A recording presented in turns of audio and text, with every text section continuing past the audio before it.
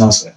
আজি ভিডিঅ'টোত মই আপোনালোকক ক'ম যে প্ৰেগনেন্সি আল্ট্ৰাচাউণ্ড কৰোঁতে কিছুমান ফাইণ্ডিংছ পাব পাৰে, এনেকুৱা ফাইণ্ডিং যোনবিলাকক ছফ্ট মাৰ্কাৰ্ছ বুলি কোৱা হয়।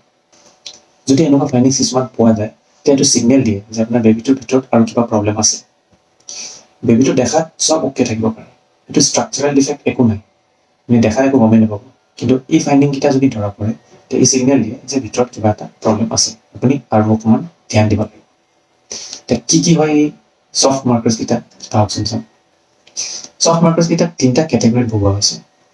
এটা হ'ল যোনখিনি থাকিলে আপোনাৰ এনোপ্লইডি হোৱাৰ সম্ভাৱনাটো বেছি থাকে। এনোপ্লইডি মানে যেনেকৈ ডাউন চিণ্ড্ৰম হয়, ট্ৰাইজমি 21 বুলি কয়, তেনেকৈ আৰু কিছুমান কণ্ডিশ্যনছ আছে যোনবিলাক হোৱাৰ সম্ভাৱনা বাঢ়ি যায়। 2 নম্বৰ কেটেগৰীটো হ'ল যোনবিলাক নন ক্ৰম'জমেল এবনৰ্মেলিটিছ হয়, আৰু 3 নম্বৰ কেটেগৰী হ'ল যোনবিলাকৰ আনডিফাইণ্ড এছ'চিয়েশ্যন বুলি কয়। প্ৰথম কেটেগৰীটো আছিলে যোনটো ইনক্ৰিজ ৰিস্ক অফ এনোপ্লইডি হৈ যায়। এইটোত কি হ'ব পাৰে?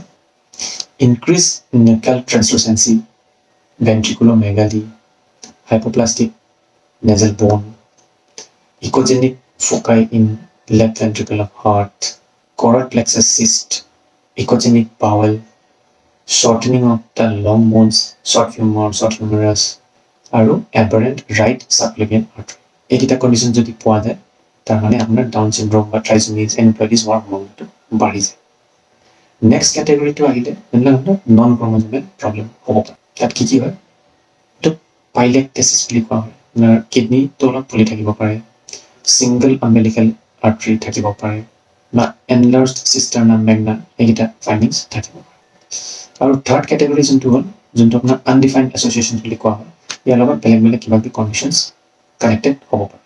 সেইকেইটা হ'ল ক্লেন্সড ফিষ্ট, হাতখন মুঠি মাৰি থকা, ৰকাৰ বটম ফুট বুলি এটা কণ্ডিশ্যন আছে, চেণ্ডেল গেপ ডিফৰ্মিটি বুলি এটা কণ্ডিশ্যন আছে, ষ্ট্ৰবেৰী শেপড স্কাল, তেনেকুৱা ফাইণ্ডিংছবিলাক যদি থাকে তেতিয়া আপোনাৰ আৰু বেলেগ মেজৰ প্ৰব্লেমছ থাকিব পাৰে। তেতিয়া এনেকুৱা ফাইণ্ডিং যদি পোৱা যায় তেতিয়া আমি আৰু দুটামান বস্তু চাব লাগিব।